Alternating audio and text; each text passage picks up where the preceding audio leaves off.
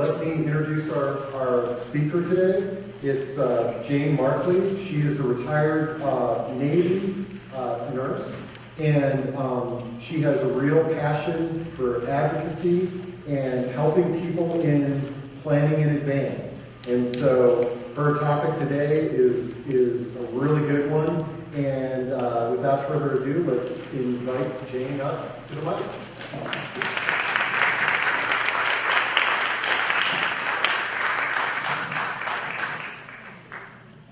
Good afternoon. I'm really pleased to be here this afternoon. I guess you all want to be prepared for a crisis. Yeah. Okay. Well, in order to do that, you need to have the conversation and give the gift. And I'm going to explain that as we go along. But first, let me set the stage. Your busy life is going along just fine until the phone rings. A family member who has you down as their next of kin is in the emergency room after a fall. The hospital calls and says that your loved one can't speak. They cannot tell them what it is that they want. And there are lots of questions and lots of decisions that need to be made. And some of them need to be made quickly. There's no time to be wondering what the story is. The crisis has now occurred. You are in the middle of it. And I guarantee you it's going to happen at some point in time to almost everyone in this room that the crisis will occur. Are you prepared? Do you know what to do? Have you got your ducks in a row ahead of time so that this is less of a crisis for you? It's obviously a crisis for your loved one. But if you can make it less of a crisis for you, then that's what we're going to talk about today. I have several goals for us today. The first is to help you understand the terminology, the jargon, the tools necessary for doing advanced care planning. That's what we're doing, advanced care planning, making plans for the future. I also want to warn you about that crisis. I told you it's going to happen to most of us at some point in time. I have some colleagues in Europe who laugh at me. They say, how are you expected to teach Americans how to do advanced care planning? They think dying is optional, don't they? They truly believe that that's our perception. Well, it's not hard to understand why they feel that way. You know, we have all this new modern technology that keeps people alive longer and longer. Nobody ever talks about the quality at that point. We have all this new drugs, new activities, new things going on that make them believe that we honestly think we're invincible and aren't going to die. But death is not an option, as we all know. And the third thing is I want to identify what you can do to prepare yourself for that inevitability. What are the steps you can take now that will make it a lot easier for you in the long run and prepare you for that crisis? Now, how many of you were here in June when Sigrid Haynes gave her presentation on advanced medical directives? Hands? Okay, so some of you at least.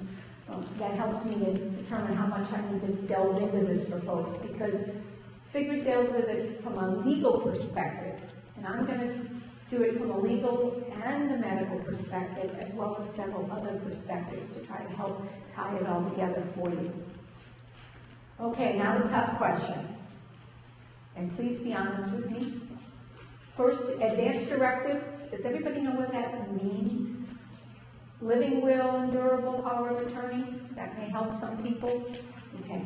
How many in this room believe that they have an advanced directive? Hands up. Not surprising. Okay. I say not surprising because you all deal with seniors and healthcare and the entire world in which I live. And so therefore you have a better understanding than the general population as to why this is important. it was about not quite 50% of you said you have one. In the general population, it's as low as 20%. Sometimes about 25% is what we're talking about now. It all depends on the sample survey that you do and what part of the country you're in and the gender and the ethnic grouping that you're in. But about 25% of Americans have it. If you have a plan, number one, I'm really proud of you because we all should have them. But number two, you're not off the hook. And the reason you're not off the hook is because I beg to differ that some of you will not have them done correctly. And that's what we'll cover today. So what is advanced care planning? There's lots of definitions. I threw some up for those of you who are visual and need to look at these and reread them a couple times. I'm not going to read them for you. But it's a process about learning and making decisions about your care and what you want. Having a conversation and documenting. That's what advanced care planning covers. There's the advanced directive, which, as I said earlier, is made up of the living will and the durable power of attorney.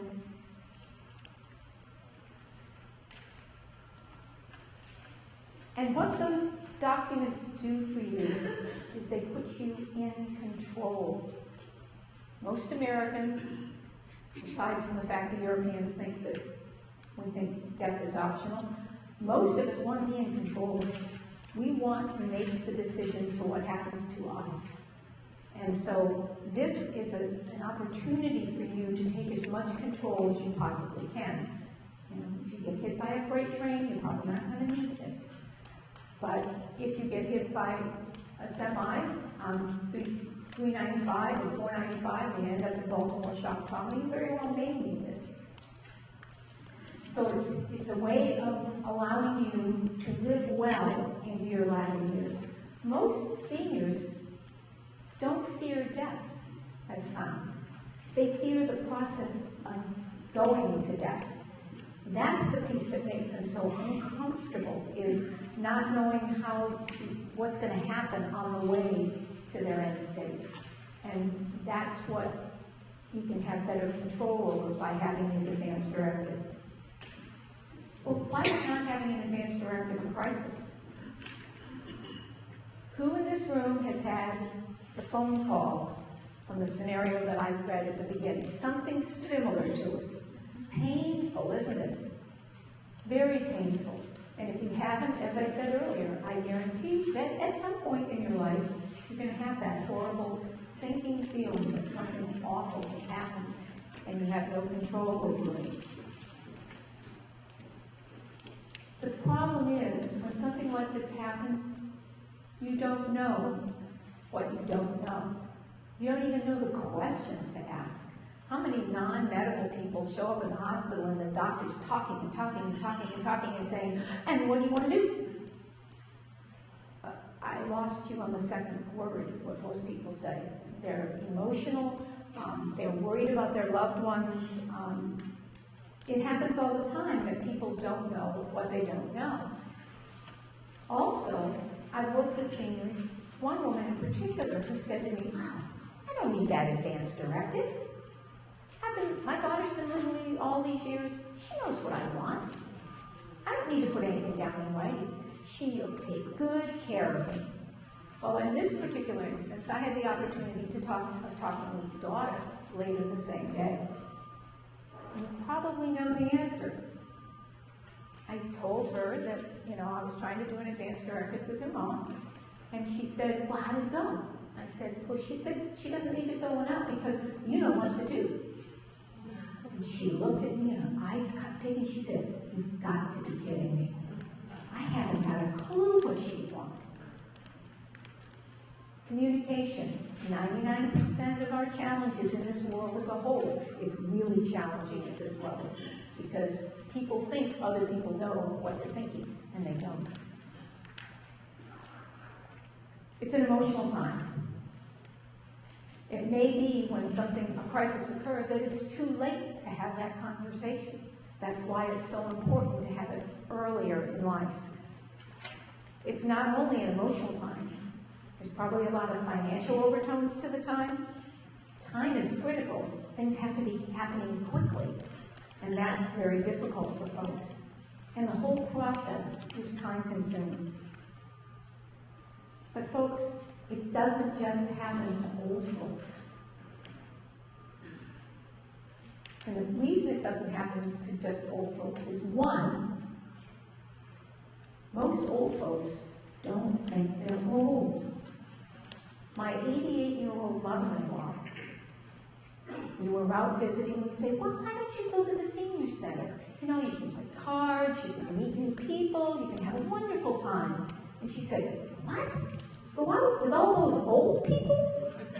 She's 88 years old. You know, even today, I think 88 is being kind of the older generation. Now, I know when I was 20, I probably thought 50 was the older generation. But your thoughts change. You know, how many of you think you're really the age you are? You know, we're dealing in past memories rather than future memories. So, I'm going to tell you the other thing about that, the two things. One is that people don't think they're old, and number two is young people die too. Young people have untoward circumstances occur to them. Usually it's out on the highway, but not always. There's other things that happen to youth and middle-aged folks that really, really merits having an advanced care plan. And I actually work with youngsters ages 18, 19, and 20 to help them understand the importance of advanced care planning. And part of that comes from my experience with Matthew. Matthew was a corpsman of mine back when I was in the Navy. And I had just finished giving a lecture to a ward, ward of staff, nurses, corpsmen, some of the docs listened in on how to do advanced care planning, how to do an advanced directive, and how to check with your patients about whether they had, just a generic, get used to the idea kind of conversation. And after it was over, Matthews came up to me and he said, ma'am, if I didn't think I was old before, I did then. He said, can I help you? Now, I don't know how many of you have ever been in the military, but one of the main adages is we never volunteer for anything. And here was Matthews volunteering for some work, additional work, above and beyond what he had been doing. And I said, Matthews, there's got to be a story here. And with tears in his eyes, he told me this story. When he was growing up, he had lots of friends. He had this one specific friend who was really, really, really his best buddy. And they used to go to the swimming hole together, they'd ride their bikes, they'd go fishing, they'd do all of those things that young boys do. They even talk about girls.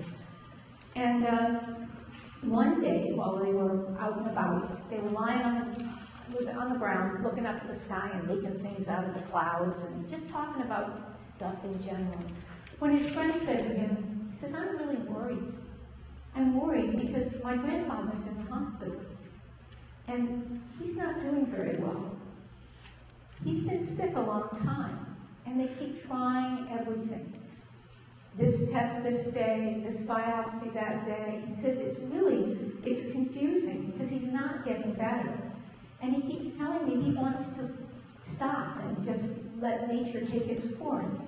He said, but nobody seems willing to do that. He said, I don't understand, but I do know that if anything like that should ever happen to me, would you please promise me that you'll tell people that I don't want to hang on like my grandfather's hanging on? And of course, being a young lad, he says, oh, yeah, I'll do that. Well, they turned 16 and got their licenses, and I bet you can tell what's going to happen next. His buddy got a motorcycle and drove it straight into a tree. Straight to the ICU, through the ER. And there was a great effort put towards bringing him back, doing whatever needed to be done. But within a week or two, this young lad was identified as being brain dead. Matthew was beside himself. He didn't know what to do.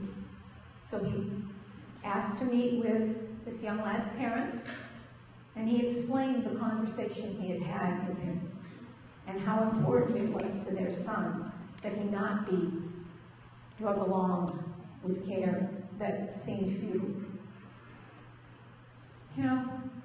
I know well it's hard to lose a child. And so the parents couldn't make that happen, couldn't let go. That young lad lived for 18 months, and Matthew visited him every day. It wore on his soul immensely. And Matthew said, the one thing I promised him before he died, even though he couldn't hear me, was that I would make sure I shared his story with everyone I knew and encourage them all to put together advance directives so people know what they want. And people have something in writing. Whether they can abide by it or not is another question, but at least they will know. And I want to help you get to all of our staff and our patients to encourage them to do this. Of course, I said, no, I don't need your help. No, wrong. He was the best spokesperson that I ever had for talking about advance directives, because he cared. He lived it. He knew what it meant to people. And so Matthew was my hero, because he really, really felt compassion and has made a difference in a whole lot of people's lives because he's gotten them to do their directives. Now, the other issue that arises if there's no plan has been brought forth in some research that's been done over the past 20 years. Family members of patients who died and did not have an advance directive, 5, 10, and 15 years down the line, are still suffering the repercussions of the plan not being there. Now, what do I mean? Some of them having severe psychological problems, not because their family member died, but because they did not know what their family member wanted, and they're second-guessing themselves for years as to whether they did the right thing. Now, it doesn't matter if they did a full court press and everything to the bitter end, or they did nothing and disconnected. Anywhere in between. It didn't matter in the research. It mattered that they did not know if they'd done the right thing. And so that to me is a compelling reason for you to ask your parents to do this and your loved ones. Because when you're put in the position to make those decisions and you don't know, it could very well have a severe impact on your life going forward as well. So, what can you do now to prepare for the crisis? I told you I'd go through some of the process that it requires. First, having the conversation so that you can give that gift of not having long-term problems down the line. The conversation first needs to be held with yourself. What is it I would want? And a lot of that, again, you don't know what you don't know. You need to understand what CPR really means and how effective it really is or is not. You need to understand the feeding tubes and ventilators to a point where you can make these kinds of decisions for yourself.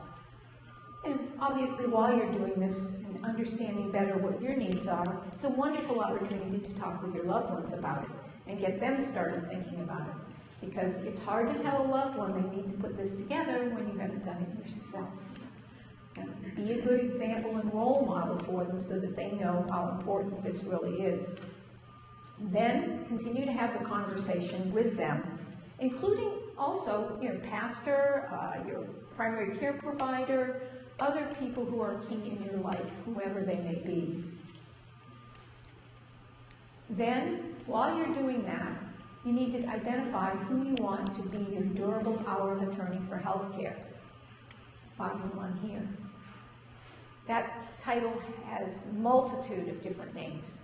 Healthcare proxy, health advocate, I mean, there's just, it's a litany of different names that are used for that. But for purposes here, I'm going to use the legal term, which is the durable power of attorney for healthcare, as opposed to the durable power of attorney that deals with the financial piece. They are two separate pieces, and they need to be kept separate. It can be the same person, but they have to be two separate documents. There are 3 requirements for that durable power of attorney for healthcare. 1, they have to be willing and able to do the job. Now, if I fall over here in the middle of this speech and my durable power of attorney for healthcare is in Japan, they may be willing, but they may not be able to get back here and do it. Now, it can be done, a lot of it can be done by phone, but that's not the ideal situation. So think about those things as you're identifying who you want to do this position for you. They need to understand what's in your head. They need to understand what decisions you've made as far as whether you want, what you want for your care in the future, how you want to live well throughout your life. And once they understand it, you have to ask the critical question. Now that they know what you want, can they advocate for you? Can they do what you've asked them to do? And it's one of the reasons that spouses sometimes are not the best durable power of attorney for healthcare. It doesn't have to be a spouse. But sometimes they can't let go. If the individual involved wants things left to nature and the spouse can't tolerate the loss, sometimes they have no ability to do what you've asked. So you have to ask that question. And let me share another example with you. I had a patient, his name was Joe Jones, and he was a retired Marine, and he showed up in my hospital at the time, and he wasn't doing very well. He was pretty frail, not the typical Marine, and he was in his late 70s, early 80s. Had multiple medical problems, and he came to us from a nursing home. Well, one of the nice parts about his transfer, because I didn't get to speak with him, he wasn't able to communicate when we got him into the hospital. But with him came his durable power of attorney for healthcare and his living will. His living will wasn't very complete, but at least it gave me more understanding of who this person was, whom I was taking care of. But flash, flash, he has a durable power of attorney for healthcare. There's a name, there's an address, there's a phone number. Just keep my fingers crossed that that phone number was still good, because it had been a while. So, sitting at Joe's bedside, I called Mr. Thompson. Fred Thompson was identified as his durable power of attorney for healthcare. And lo and behold, it was a good number. And I got him on the phone. I said, Mr. Thompson. And I explained who I was, where I was, and that I was there with Joe. And I got a very long, pregnant pause. I woke anybody up who's sleeping. I got this pregnant pause. And it was like, I said, Mr. Thompson, do you know Joe Jones? And he goes, Joe. Yeah, he was my neighbor next door to me 30 years ago. How's he doing? Cold ice to the heart. That was the most ineffective durable power of attorney for healthcare I've ever run across. He had no idea. And needless to say, he'd been a Marine too, and the language is a little bit spicy. He said, I haven't got a clue what he wants. He never talked to me about this. Well, what am I supposed to do? I said, absolutely nothing. Because if you don't know, you can't help us at this point in time. And we'll care for him as best as we can with his living will. So, and that's why I emphasize those 3 pieces of, are they willing and able? Do they understand what you need? And will they be willing to speak in your behest as the durable power of attorney for healthcare? Okay, so now you've talked to yourself, you've talked to your friends and family, and you've identified a durable power of attorney for healthcare whom you have spoken with, and you've answered all these questions. What do you do next? Document. Document, document, document. It's very easy. Once you've gone through the hard part of having the conversations, it's really easy to do the documentation. They don't make it hard for us, any of the states. There are many tools that you can use to document, and it does not matter which one you use. There are people who say, well, you must use our tool. Wrong. Legally, you can use any tool that you want. There are a number of them. Every state has a different one. They're all different. Are they right or wrong? Doesn't matter. That's what the state has. There are hospital forms instead of state forms that some hospitals want used. There are electronic forms. A new one is My Directives. Excellent form. If you're into electronics and internet and want to put it on the web, it's a wonderful tool. And they have connectivity to connect to many of the major systems in order to download to an EHR. The ABA has a website with lots of information about this and how to do it. But my favorite, and I will show a preference here, is 5 Wishes, which was developed by Aging with Dignity back in the 90s. There's over 20 million copies out there right now in use. What 5 Wishes does for you is a couple things that are different than what Sigrid mentioned in June, and address some of the issues that she brought up. One is portability. In this very active and mobile society, people move everywhere. You know, they're here for 6 months and there for 6 months and out with the grandkids for 3 months, and never knowing where they're going to be. The nice thing about Aging with Dignity and the 5 Wishes is 42 of the 50 states and the district have, through their legislature, approved the 5 Wishes as a state form. You can use it solely in all of those states, and all the ones around here, Maryland, Virginia, they're fine. 8 states haven't gotten it through their legislature yet because it keeps falling to the bottom of the pile. And however, what they've said is you can use the 5 Wishes. We just like you to use 1 or 2 of our forms too. But in reality, since 5 Wishes came into being a little over 20 years ago, it's never been turned down as an advance directive in any state in the union that we're aware of. As any advance directive, it requires 2 witnesses. It only requires notary in 4 states, none of which are here. And unlike the advance directives that Sigrid spoke to, she spoke to the medical legal side of things. 5 Wishes speaks to medical and legal, but it also speaks to the personal and the spiritual nature of an individual and tries to address more things for the people. Now, if you don't think yourself as spiritual, and you don't want to fill that section out, you don't have to. It isn't required. You just cross it out. It's pretty simple. But that's what makes it different, and that's why people have called the 5 Wishes the living will with a heart and soul, because it speaks to more than just the medical legal pieces.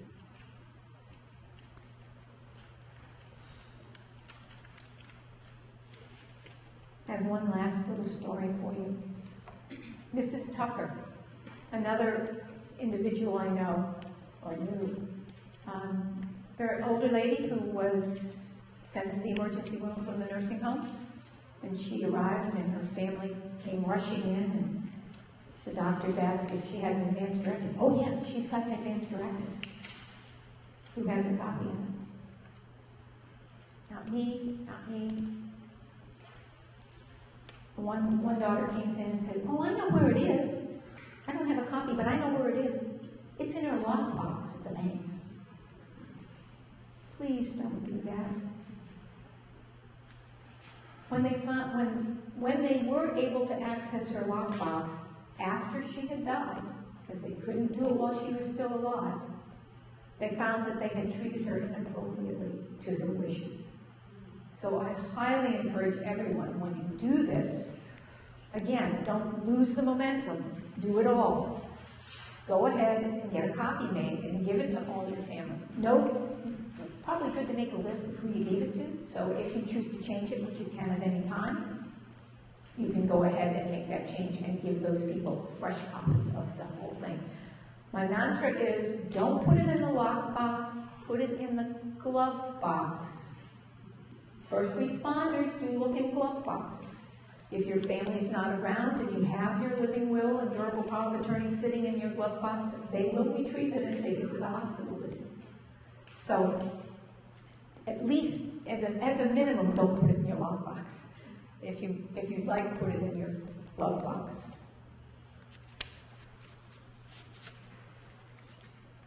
So, back to those people who have a plan. Already done. Put your hands in the air, right? Have you had the conversation? Do you know if your durable power of attorney for health care understands what you want and is willing to do that for you the way you want it done, not the way they want it done? Can they do what they've been asked?